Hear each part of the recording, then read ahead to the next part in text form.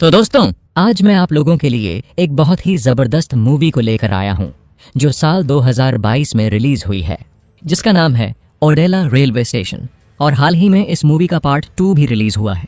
तो मैं इस मूवी का पार्ट 2 का भी एक्सप्लेनेशन बहुत जल्द इसी चैनल पर अपलोड करने वाला हूं। तो चलिए बिना समय गवाए इस मूवी की स्टोरी को स्टार्ट करते हैं। मूवी के शुरुआत में ही ओडेला नाम के गांव के रेलवे स्टेशन दिखाया जाता है। वही एक महिला कटे हुए सर के साथ कीचड़ में लथपथ पुलिस स्टेशन पहुंचती है।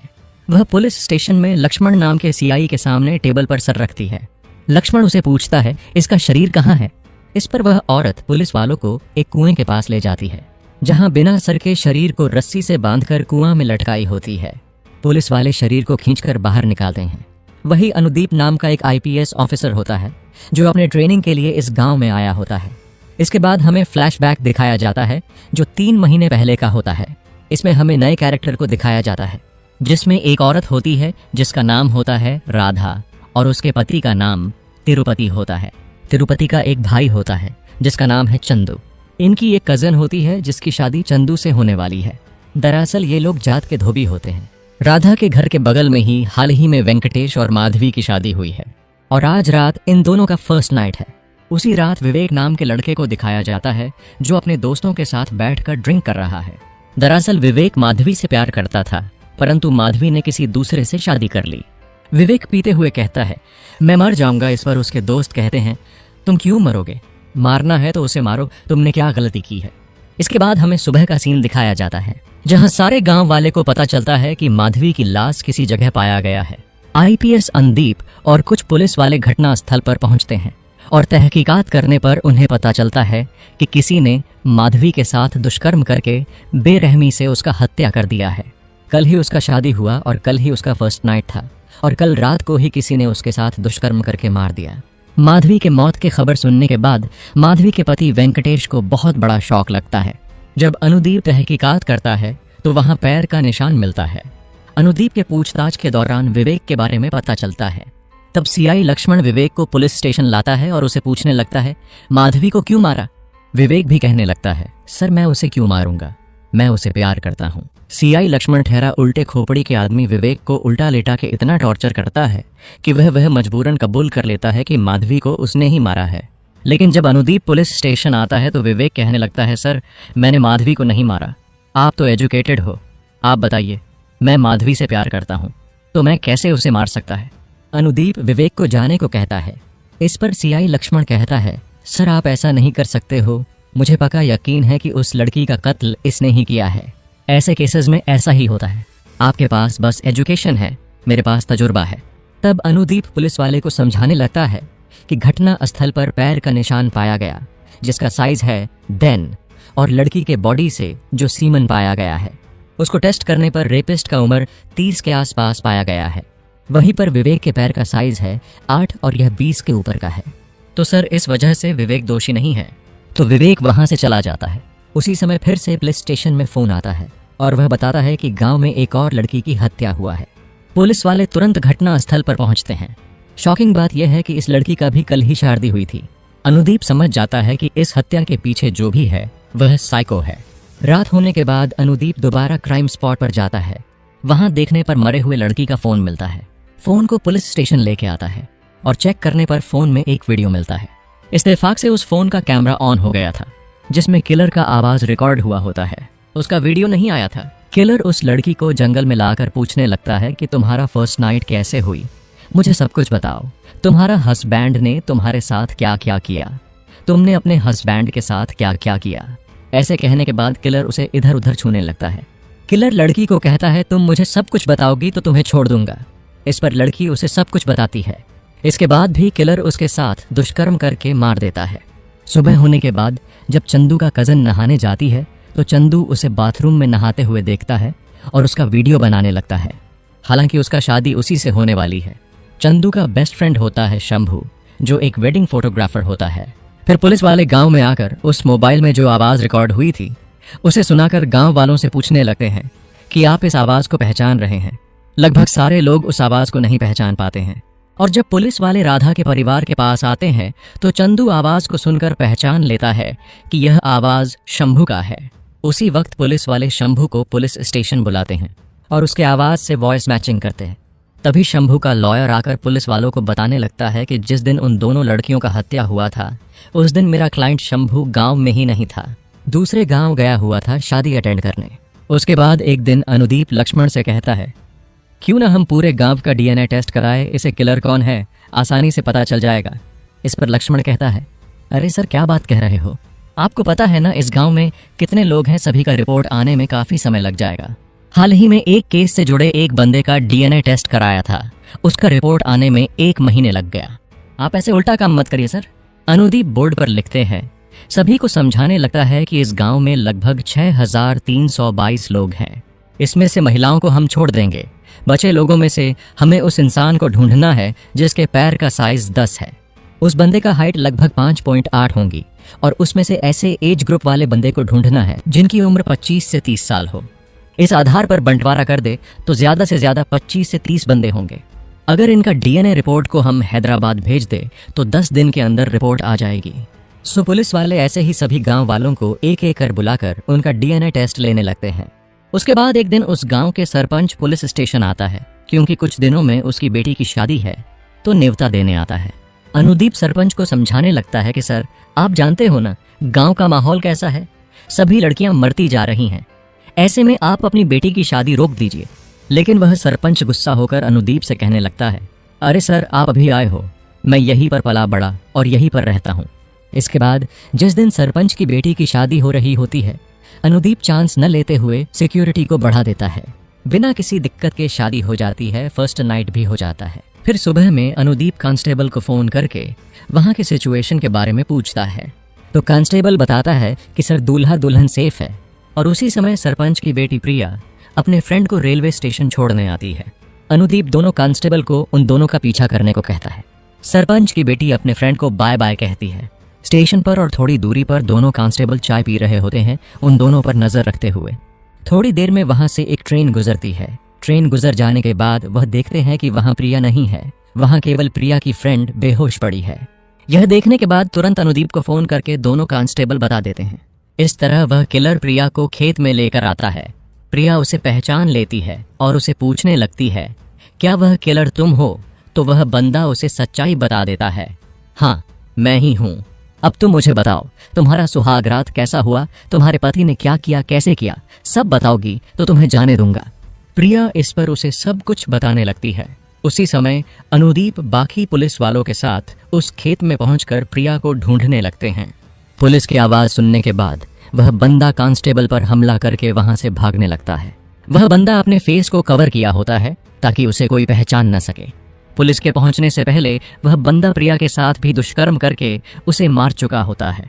अनुदीप उस किलर पर निशाना लगाते हुए गोली चला देता है, फिर भी वह किलर भागता रहता है। अनुदीप और कांस्टेबल उसका पीछा करते हैं। लंबे समय तक पीछा करने के बाद अनुदीप उस किलर को पकड़ लेता है। किलर का मास्क हटाने पर वह किलर और कोई नहीं तिरुपति का छोटा भाई चंदू होता है। अनुदीप उसे पुलिस स्टेशन ले जाकर उसे मारने लगता है। चंदू से पूछने पर वह बस यही रट लगा रहा था कि सर मैंने किसी को नहीं मारा है, मैं तो बस काम से उस खेत में गया था। उसी समय सरपंच वहां आता है और लक्ष्मण को पैसे देकर कहता है कि इसे मेरे हवाले कर दो, इसने मेरी लाडली बेटी को मारा है, तुम्हें जितने पैसे चाहिए ले लो। लक्ष्मण पैसे के लालच में आकर चंदू को सरपंच के हवाले कर देता है। सरपंच चंदू को लेकर चला जाता है। थोड़ी देर बाद अनुदीप आता है और उसे जब सारी बात पता चलती है तो सभी को डांटने लगता है कि एक मुजरिम को कैसे किसी के हवाले कर दिया। मैं अभी एसपी साहब को फोन करके बताता है। इसी बात को लेकर लक्ष्मण और अनुदीप में बहस होने लगता है। तभी लक्ष्मण कहता है, सर मेरे लिए यह एक गवर्नमेंट जॉब है और मेरे 3 बेटियां हैं, इसके सैलरी से उनकी शादी नहीं कर सकता। मुझे ऊपर से कमाना पड़ता है, आपके लिए यह जॉब पैशन होगा, लेकिन मुझे पैसे चाहिए। मेरी फैमिली है, उनके लिए मुझे पैसे चाहिए। इस तरह के इमोशनल बातें करके चला जाता है। थोड़ी देर बाद राधा और उसके पति पुलिस स्टेशन आते हैं और कहने लगते हैं कि मेरा चंदू ऐसा नहीं कर सकता है, आपको कोई गलतफहमी हुई है। राधा विनती करने लगती है, मुझे एक बार चंदू को देखने दीजिए। इस पर अनुदीप कहता है कि चंदू यहाँ नहीं है, उसे सरपंच ले गया। सरपंच चंदू को बहुत टॉर्चर करता है। थोड़ी देर बाद राधा और तिरुपति वहां पहुंचते हैं तो सरपंच कहता है, तुम चिंता मत करो, इसको इतना जल्दी नहीं मारूंगा, इसने मेरी बेटी को बहुत तड़पाया है, इसके शरीर से पहले सारा खून निकालूंगा। तुम दोनों इस मामले में मत पड़ो, दोनों बहुत विनती करते हैं, फिर भी सरपंच चंदू को नहीं देता है। यह दोनों मदद मांगने बड़े बड़े लोगों के पास जाते हैं, कोई भी इनका मदद नहीं करता है। फिर अनुदीप सरपंच को फोन करता है और इसे बताता है कि गांव में एक लड़की की हत्या हुआ है, इसलिए चंदू कातिल नहीं है। यह सुनने के बाद सरपंच शॉक हो जाता है। इत्तेफाक की बात यह है कि इस लड़की का भी शादी हाल ही में हुई थी। सरपंच क्राइम स्पॉट पर जाकर अनुदीप और सभी पुलिस वालों को खरी खोटी सुनाने लगता है कि इतनी छोटी गांव में तुम लोगों से एक किलर नहीं पकड़ा जा रहा। इसके बाद वह सरपंच चंदू का इलाज करके उसके घर लाता है और राधा के हाथ में कुछ पैसे देकर माफी मांगने लगता है। और राधा वह पैसे ना लेकर सरपंच को कहती है, यह पैसे आप ही रख लो, अगले इलेक्शन में आपको काम आएंगे। रात में अनुदीप इसी केस से रिलेटेड सोच रहा होता है कि इतने छोटे से गांव में एक साइको किलर घूम रहा है, लोगों को मार रहा है। तभी अनुदीप की गर्लफ्रेंड स्फूर्ति अनुदीप को कॉल करती है। अनुदीप स्फूर्ति को यह कहकर दुखी होने लगता है, सच में स्फूर्ति, मैं इस जॉब के लिए सही नहीं है। मैंने आईपीएस अधिकारी बनकर गलती कर दी। दिन दहाड़े एक किलर लोगों को मार रहा है और मैं उसे पकड़ नहीं पा रहा। तब स्फूर्ति कहती है, चलो हम दोनों मिलकर उसे पकड़ते हैं, मैं वहां आके तुमसे शादी कर लूंगी। जब वह किलर मारने के लिए आएगा तो तुम उसे पकड़ लेना। अनुदीप पहले इसके लिए मना करता है, लेकिन स्फूर्ति अनुदीप को मना लेती है। अगले दिन अनुदीप उस गांव के लोकल टीवी में आकर गांव वालों को अपने शादी का इन्विटेशन देने लगता है और उस किलर को चुनौती देता है कि तुम्हारे अंदर दम है तो मेरी वाइफ को किडनैप करके दिखाओ। दूसरे दिन अनुदीप और स्फूर्ति की शादी हो जाती है। उसी शादी में शंभू भी मौजूद होता है। स्फूर्ति का फोटो खींचते रहता है और अपने दोस्त चंदू को फोन करके बताता है कि इस आईपीएस ऑफिसर की बीबी मस्त है, तुम्हें एक बार जरूर देखना होगा। लेकिन चंदू उसके बातों को इग्नोर करता है। जब अनुदीप और स्फूर्ति घर जाते हैं तो वहां किलर पहले से ही एक नोट छोड़ा होता है जिसमें लिखा होता है कि शादी मुबारक, मैं तुम्हारा चैलेंज एक्सेप्ट करता है। वही चंदू, शंभू और तिरुपति को दिखाया जाता है, तीनों पार्टी कर रहे होते हैं। शराब के नशे में शंभू फिर से वही बात करने लगता है कि उस पुलिस ऑफिसर की बीवी बहुत खूबसूरत है। इस पर चंदू गुस्सा होकर कहने लगता है कि मैं अपने हर जख्म का बदला लूंगा। इस तरफ राधा आधी रात को जागती है पानी पीने के लिए, तो एक बक्सा नीचे गिरता है चूहों के वजह से। जब राधा उस बक्से को खोलती है तो उसमें काफी सारा ब्रा होता है जो राधा के नहीं होते हैं। उसमें कुछ गहने भी होते हैं। ये सब देखकर राधा के होश उड़ जाते हैं। उसी समय राधा गहने लेकर चोरी चुपके अपने घर से बाहर जाती है। पहले तो वह सरपंच के घर जाकर एक अंगूठी दिखाकर पूछती है, क्या यह प्रिया के है? सरपंच उस अंगूठी को पहचान लेता है, कहता है यह प्रिया की ही है। उसके बाद राधा दूसरे घर जाकर दूसरी अंगूठी दिखाकर पूछती है, क्या यह माधवी के है? उसके परिवार वाले भी पहचान लेते हैं। इसके बाद राधा अपने घर आकर देखती है कि चंदू और तिरुपति दोनों घर पर नहीं हैं, तो राधा उन दोनों को कॉल करते हुए बाहर जाने लगती है। सुबह में तिरुपति अनुदीप के घर आता है कुछ काम करने के लिए, तो अनुदीप कहता है कि घर में कुछ कपड़े भी है, वह भी लेकर जाओ। तभी राधा अनुदीप को कॉल करके कहती है, सर बेडरूम में जाकर देखिए, क्या स्फूर्ति मैडम है क्या? अनुदीप राधा की बात मानकर बेडरूम में जाता है तो वहां स्फूर्ति नहीं होती है। राधा रोते हुए कहने लगती है कि सर वह किलर और कोई नहीं, मेरा पति तिरुपति ही है। इतने सारी लड़कियों को मारा और स्फूर्ति मैडम को भी उठा ले गया। मतलब तिरुपति जब बेडरूम में गया तब स्फूर्ति सो रही थी, उसी समय उसे बांधकर कपड़ों में ही लपेटकर ले गया होगा। उसके बाद राधा तिरुपति को ढूंढने लगती है। बहुत ढूंढने के बाद राधा तिरुपति को ढूंढ ही लेती है।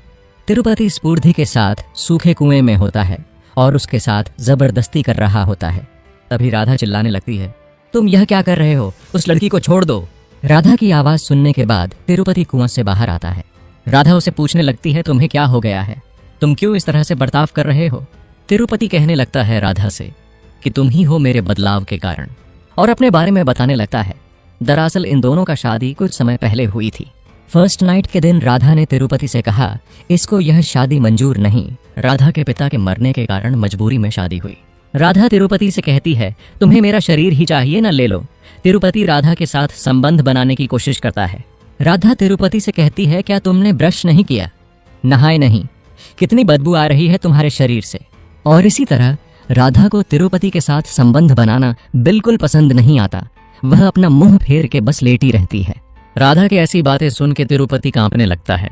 उसे शर्मिंदगी महसूस होता है। उस रात बिना सुहागरात मनाए ऐसे ही सो जाता है। उस दिन से लेकर 10 सालों तक इन दोनों के बीच शारीरिक संबंध ही नहीं बना। जब भी तिरुपति राधा के करीब आता तो वह कांपने लगता। तिरुपति के दिमाग में यह बैठ गया था कि वह शायद नामर्द है। लेकिन जब माधवी की शादी हुई थी तो उस रात वह बस ऐसे ही बाहर निकला था तो आवाजें आने पर तिरुपति खिड़की से झांकने लगता है। उस समय माधवी और उसके पति सुहाग रात मना रहे थे। यह सब देखकर तिरुपति के अंदर भी करने का इच्छा जाग जाती है। इसी वजह से अपने अंदर के मर्द को टेस्ट करने के लिए माधवी का किडनैप कर लेता है। उसी रात से यह सिलसिला जारी हो जाता है। इतना कहने के बाद वह फिर से स्फूर्ति के पास जाने लगता है। राधा उसे रोकने की पूरी कोशिश करती है, लेकिन तिरुपति राधा के सिर पर वार करके जाने लगता है। राधा स्फूर्ति को बचाने के लिए उस कुएं में कुदाल लेकर कूद जाती है और अपने पति का सर धड़ से अलग कर देती है। राधा अपने साड़ी को उतरकर स्फूर्ति को दे देती है और अपने पति के सिर को लेकर पुलिस स्टेशन जाती है। यही वाला सीन मूवी के स्टार्टिंग में दिखाया गया था और इसी के साथ ये मूवी यहीं पर समाप्त होती है। सो दोस्तों, आपको ये मूवी कैसी लगी प्लीज हमें लाइक और कमेंट करके जरूर बताइएगा।